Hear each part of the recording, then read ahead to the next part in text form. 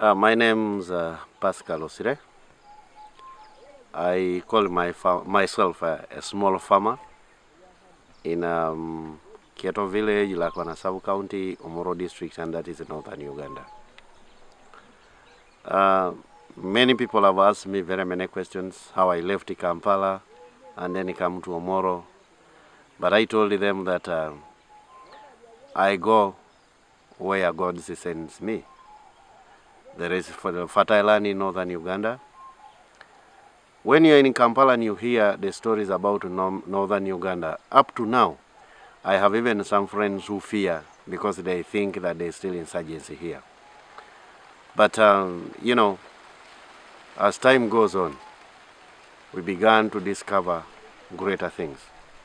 Now, I came here in 2019, and one of the projects that I started with was agroforestry. We planted the trees. Thereafter, the first lockdown got me here. When the first lockdown got me here, I started thinking now outside the box. Because vanilla is my business.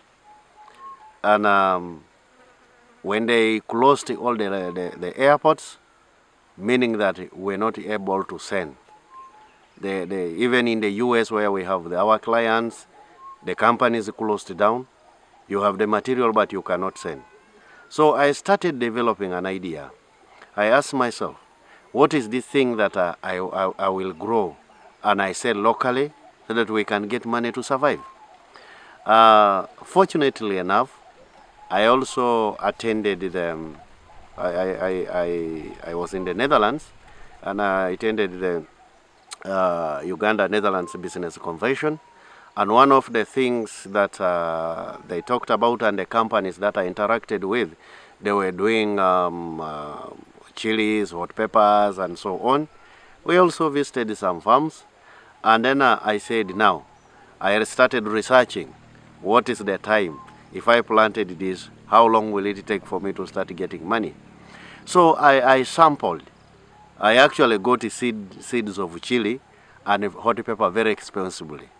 Actually, when I told some of the inspectors who came and visited me that I bought a cup that is not even a half a kilo at 300,000, they said these people just cheated you. But I told them, no, it's fine. It was a hard way of learning, but finally we learned it. So we put 2 acres of hot pepper and we put 2 acres of chili. This area where we are, this is where we had put the hot pepper. And I can tell you, we did great. The hot pepper did great. The chili did great. Now, remember, I have planted, but I have not yet even gotten a market. And we are in the lockdown. So after putting, because they taught me how to put it in the nursery bed, I did it myself with a few boys I have at the farm. The things started germinating very well. And after that, we started planting. And one thing that again that hit us hard was that the drought. So we planted and we decided to cut the matoke because we had planted matoke, cut kind of covering with it, and then the sunshine hits the matoke. Evening we had to do the watering ourselves as we were waiting for rains, because the first rain that came deceived us that it was the right time to plant. But nonetheless, we managed to do that. And after that, my crops were very okay. And then now I started looking for a market. I said, hey, because one, I didn't even know at what stage am I going to harvest. I said, now it is time to look for a market. Fortunately enough, I called one of the guys who sold me the the seeds, and he referred me to one of the inspectors in the ministry. And when I contacted the guy, the inspector at the Ministry of Agriculture, he was very, very cooperative. The guy told me it's okay, it is well. I had to get a letter from Gulu now, from RDC. I said, you know what? I have to go to Gulu. To Kampala. I need to do this and this and this. And good enough, the RDC gave me a letter, because the inspector also has no way, does not have any other car to come. So I had to drive up to Kampala. When I came with the inspector here, when a guy moved around the gardens, he got shocked. He said that I have never seen, I move around many farms, but I have never seen a good chili and hot pepper like this one. And I can tell you, my brothers and sisters, this is the guy even who got me a market. Because I remember when we were in the garden of the hot pepper, he called some guy, I think some Indian, who is one company that is exporting hot pepper, and he told him, I have gotten you the best hot pepper in Uganda. When we went to the chili garden, he said the same. And now he contacted those people, but we had to sample. We had to do the scouting for him to see, because we were not spraying them, we were not doing anything. So we did the scouting to see if there is an infection. Truly, in the hot pepper, there was some infection, some fruit flies that were gotten, and then he also gave us the remedies. He said, get this and get this. What we that is what we did it. In 1 week, all the gardens were clear. The chili was okay. It was only the hot pepper. And then now, from there, we started sending hot peppers, sending chilies, and it was in tons and tons. Actually, we could send like 2 tons, we could send like 3 tons, we could send like 2 tons, 1 ton, and that was only 2 acres of hot pepper, 2 acres of chili. And one of the challenges that we got is the issue of transport, because remember, we have to transport this up to Kampala, and then from there it is taken to the pack house. We had to sometimes hire a car to come from Kampala to pick this. Then we said, no, I think this is not right. By the time I went to the bank, because they were putting money in my account, by the time I went to the bank, I realized that I had money, enough money that can first sort out one problem, and that is the issue of transport. So when I called a friend of mine, an Indian who is running a bone in Kampala. He told me a truck is 76 million. I said, I want a box board, a building like this. He said, yes. And I can tell you, I paid money cash. I told him, give me the account number. I transferred the money. The man never believed me. And that was the fruit of hot pepper and chili. It was a hard way, but I am one of those who do not regret my suffering in Omoro. Many people say that the lockdown got me in this area, I missed my family. But for me, what I did, when that thing came, I called my wife. I told her, you know what, you guys be there. I am going to be here. And you will see you shall see the goodness of the Lord. Now, this now gave me courage to continue to start now doing this as business.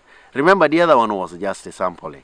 Now this one gave me the courage. It gave me, I interacted with very many people, exporters of this chili and hot pepper. Actually, I used to have Indians, different companies, people coming up to here. Even sometimes I get overwhelmed with the supplies because I cannot, manage to supply all the market that I have.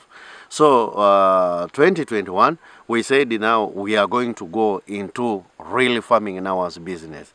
Then now there we put 5 acres of hot pepper, and then we did 7 acres of chili. I can tell you that these things have done great to us, because one of the things that I tell people, because I have been here, I am here myself, I'm a foot soldier when it comes to farming. It does not require a lot from you. Managing, the only thing that challenges a bit is hot pepper managing. But if you get a right person, because for me now, in case I see anything, I speak to these guys of the inspectors, they come and help me. Then also I get an agronomist who is helping me. But we have also trained the boys at the farm here to do the scouting, to do the what, because for them they are here all the time. Once they discover that there is a problem, they communicate it to inspector. Inspector will say, buy this and this and this, and that's what we do. We have the best land in the northern Uganda that brings any crop. One of the things again I did, I called a friend of mine who is a soil scientist, and we picked the samples of soils in every area in this land we have. And because I wanted to know which crops can come good, can grow well, which ones cannot grow well. And the results that came were so well that all crops can grow in the northern Uganda, can grow in this area where we are. That's why you see that when you look behind me, we have this is all gonja that is here. And I can tell you, even when you look at this gonja, the gonja that we have grown, it is on order. There is already order for it, and it has not yet even started putting. Now, this chili, the 7 acres of chili and the hot pepper 5 acres, it has done well for us because the only challenge which is, but I don't call that a challenge because, you know, with the market, sometimes they go up and then they come down. But I look at that as the creation of the world. You know, even God did it. There is darkness, there is light. We fall sick, we get well.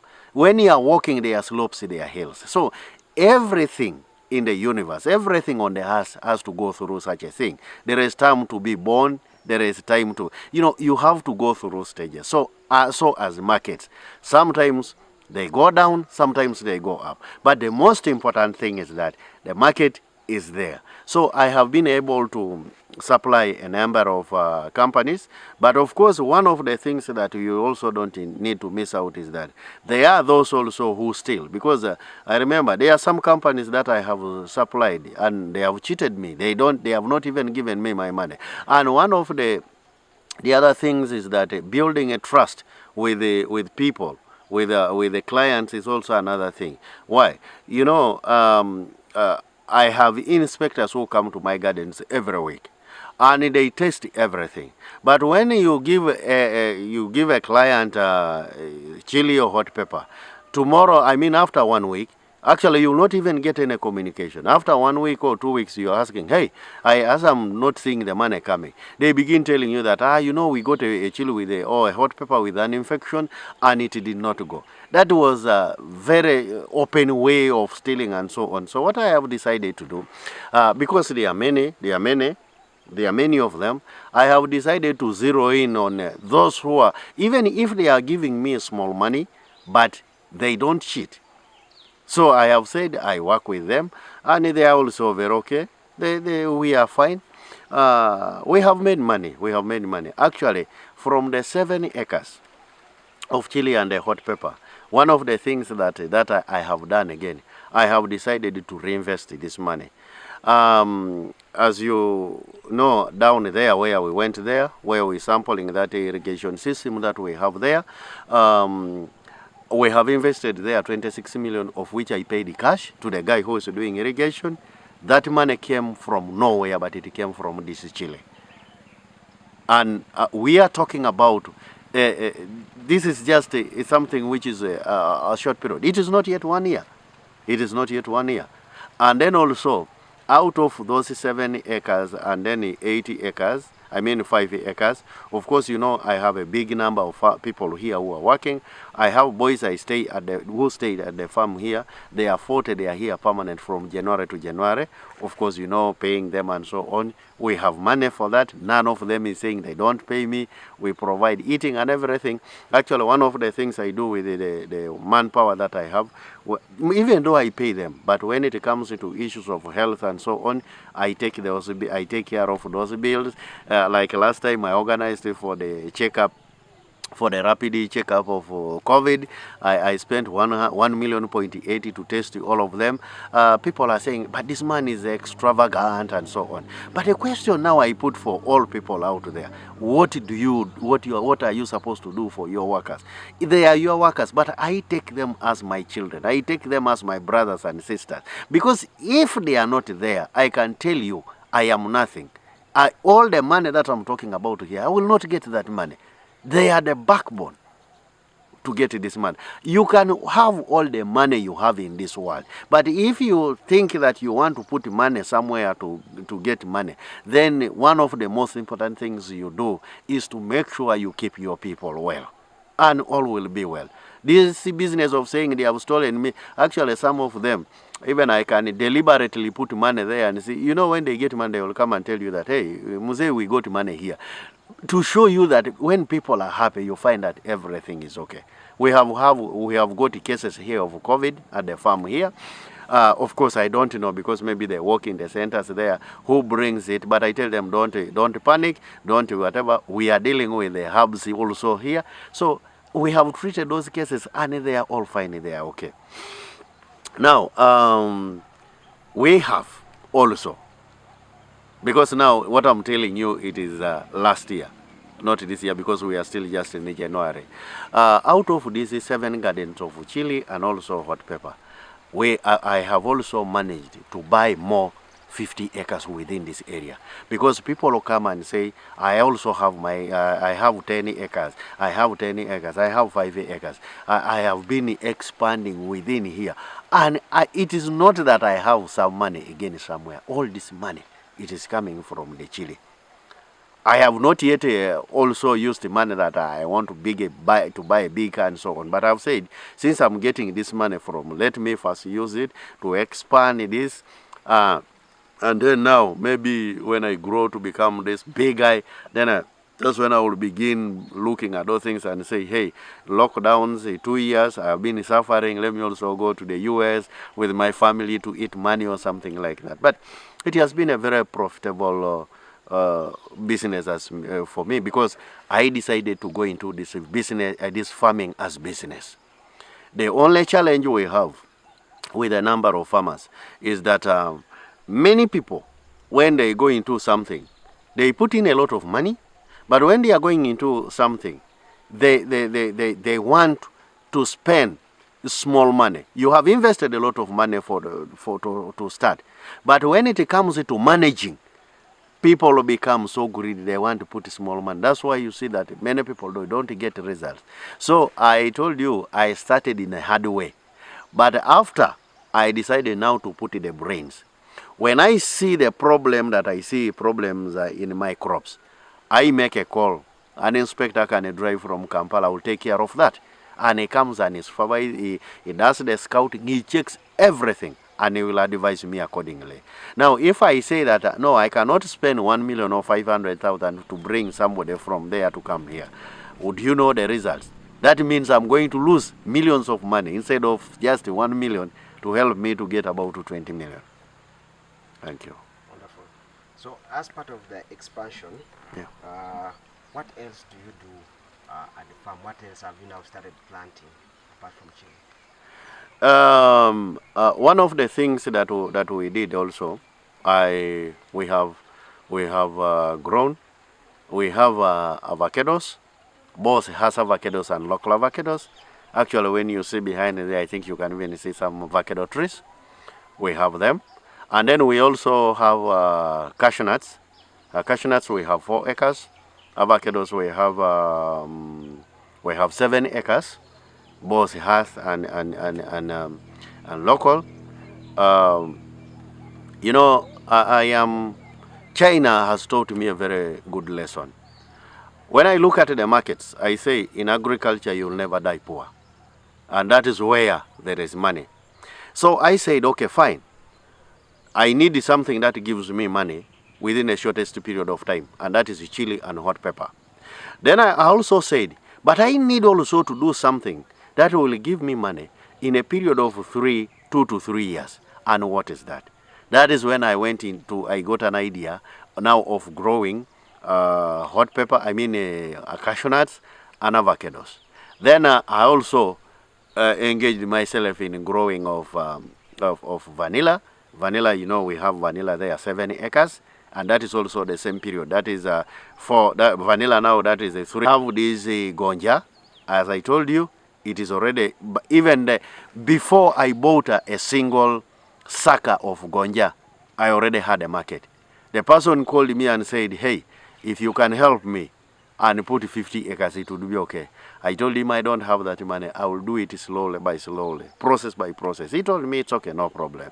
So today, we have 10 acres of gonja, and gonja is doing well. What you see here, they are not looking a bit good. It is not because that it is not the plants are, but the plants are good. But it is just the terrible heat that we are having in the northern Uganda. And then What else do we have? Okay, fine. When I talk about I told you the first project that I had here was agroforestry. So after planting the trees, I said that is the money that I need in the next 10 years. That is how I said. I need to have a home. I need to have a very big storage house, a home where I can go and dine and I say, hey, this is my Rwaktura. However, if you have some small money and then you put that money that you want to build a house, a house that you want, the money, because the engineer will tell you this house needs about 1 billion or 800 or 900 million. And then you have 200 million, then you put all that money there. It means that you will even last 20 years when you have not built that house. So for me, I say, I need that kind of a house. So what do? I invest this money somewhere, and I say that is the money I need in the next 10 years. And that's what I did. I planted the trees. In 2019, I planted 120 acres of trees, eucalyptus, and that is the money. I don't need that money now. That is the money I need in the next 10 years. Now there is this money that I need in the between 3 to 4 years, and that is the money for vanilla. That is the money that will come from avocados and what? And cashew nuts. I can tell you, in the next 10 years, then I will have everything that I desire. Thank you. Okay. In the small beginnings, how much did you invest? In the beginning, like I said, I bought the seeds expensively. 2 cups of hot pepper was 600,000, and then the chili is the one that they sold me 70,000 a cup. That was also 2 cups, and that was 140. Now, for purposes of managing, like here, this place here, they have in northern here they call it katalas, katala. So in this place here, these are 2 acres, and we have 99 katalas here. So these 99 katalas you multiply by 3,000. No, you multiply by 2.5. You multiply by 2.5. So each weeding takes you, I don't know how much money when you calculate that money, takes you that money in this garden. Now, remember, when you are starting, maybe when the rain is too much, that's when you can wait about 4 times and you start harvesting. But if the rain is not too much, you can do like about 2-3 times, but actually 3 times, and then now you start harvesting. And I can tell you, like in this place, the first harvest that I got here, I am now talking about chili. I'm not even talking about the hot pepper, because this is the new thing that is here. The first harvest from this garden, we got 2 tons of chili. And by that time, the chili, the prices were low. It was 1,500 per kilo. How much money is that? And that is what you are getting, because the chili you harvest twice after every 2 weeks. After every 2 weeks, you are harvesting the chili. Hot pepper, you are harvesting hot pepper twice a week. So after in the hot pepper twice a week, when you harvest on Wednesday, you are harvesting on Saturday. So that is how it is. It is not something that when you harvest it today, maybe you're harvesting again in next month, or you're harvesting in March. No, you until because now, like this time, we have been harvesting. You see, like this garden here. If I can tell you, within because this garden is about 7 months old, but here we have harvested here over 20 times. We have harvested over 20 times. And I will look at the figures. I don't know, because since we harvest from this side and we harvest from the other side, I hope my person who is managing has broken them down. Of course, it is good money. It is good money. It has supported us, and it is part of this money that I also use to pay fees for orphans, and also make, last time I organized for a charity activity. I don't get money like donors, money from other people, but the spirit of sharing, the spirit of giving, When I sell and get money, I say, okay, fine, let's use this money also to bless other people, to give other people hope. That's what we do. You said a kilo of chili was how much? By then it was 1,500. But yeah, that is when we were starting to harvest. Then, you know, during rainy season here, the market is a bit down, and also the prices are a bit down. Reason being, in Europe, people are having it in the greenhouses. But when the winter strikes Europe, that is when we begin getting prices and big orders. Now again, the challenge we have, during that time, that is when the heat now, the drought now hits us also. So you find that you, for example, yesterday I received, they needed an order of 2 tons of hot pepper, but I don't have it. Chili, they wanted the chili even if I can make 3 tons, but I don't have it. So one of the things that we are trying is to make sure that we manage. I want to get out now from growing these crops during rainy season. And actually, I've told my people, we need to start planning. This rainy season, first rains to come, we are only going to put maybe 2 acres. I'm not going to do like the way we did, because last year it is the year that we have received less rain.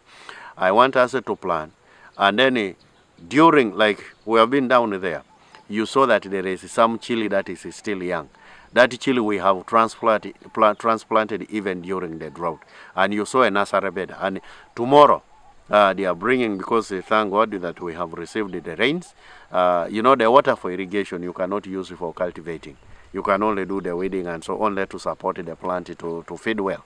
So tomorrow, the oxen will be there to plow that place, and we are going to start transplanting. People will begin looking at you, is this man mad? But that is not, I don't care about that. That is not what I'm planning. Because now, I mean, that is not what I'm thinking. Because with the system that we have there, that irrigation system, our focus now is to get out of doing a lot of planting during rainy season, and we do it during dry season.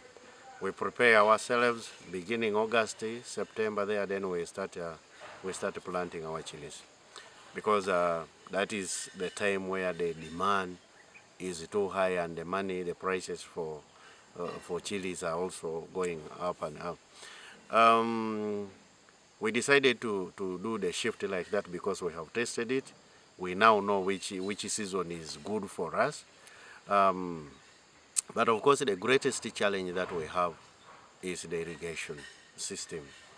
You know, and I pray that maybe one day government will start thinking about these things critically, and they begin doing on it. Much as the government is putting efforts like that, but I think that the people who are responsible are the ones who are failing. I can tell you that I applied for irrigation system under water for production.